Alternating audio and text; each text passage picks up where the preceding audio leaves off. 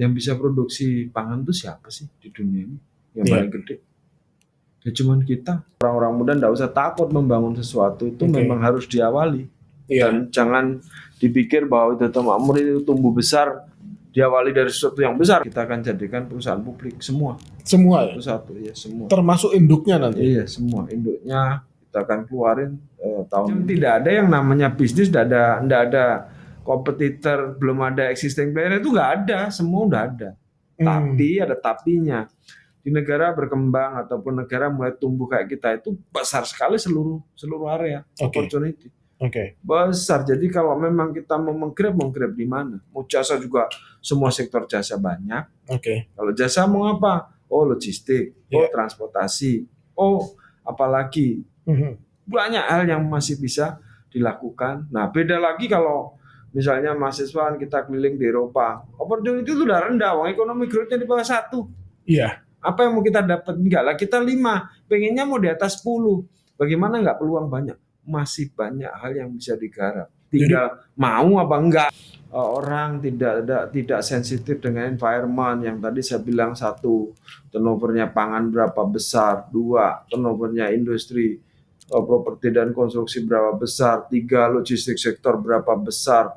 4, kita bicara telekomunikasi berapa besar. Energi sektor berapa besar. Itu sesuatu yang luar biasa. Dan negara ini negara tropis yang bisa memproduksi pangan apa saja. Kalau kita lihat peta dunia gitu ya, teman-teman muda bisa ngelihat yang bisa produksi pangan itu siapa sih di dunia ini yang paling gede? Ya cuman kita. Salah satunya Brasil sebagian, Cina sebagian, India sebagian. Karena itu di garis khatulistiwa punya panas yang panjang dan punya curah hujan yang cukup. Jadi ke depan itu kalau kita baca referensi dari buku manapun, yang dibutuhkan apa sih? Pangan sama energi. Pangan dan energi, betul. Yang lain itu kan secondary. Ini adalah kebutuhan primer manusia. Jadi energi itu bisa energi renewable, bisa juga kalau pangan itu semua sektor.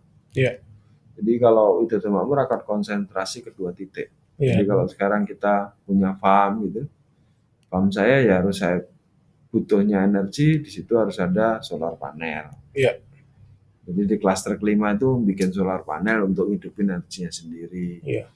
Kita punya angin banyak, ya wind power. Kenapa? Karena kita mau nanam jagung.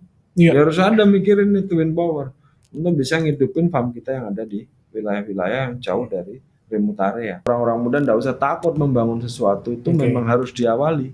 Dan jangan dipikir bahwa Hudatul Makmur itu tumbuh besar diawali dari sesuatu yang besar, nggak juga. Dulu bekal saya cuma 6 juta. Waktu awal itu bekal saya 6 juta pun boleh dibilang menggadekan sertifikatnya paman saya. Kita akan jadikan perusahaan publik semua. Semua ya? Satu ya semua. Termasuk induknya nanti? Iya semua induknya kita akan keluarin tahun ini. Terus satu-satu kita akan keluar sehingga ini nanti akan sustain ke depan. Jadi kalau saya membaca referensi yang sudah pernah saya tahu, perusahaan yang paling cakep dan dicintai masyarakat dan para karyawannya itu ya Gaspuri, perusahaan coklat. Jadi itu perusahaan yang dicintai dan sustain, itu jadi pattern saya ke depan.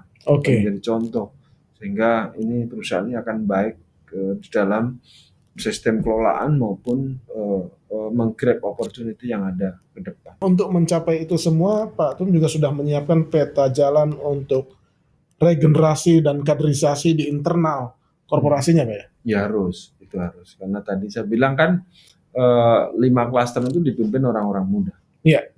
Tugas saya melantarkan generasi ini dalam durasi 3-4 maksimum 5 tahun ke depan. Karena umur saya juga sudah 55, 56 kan harus dibatasi juga.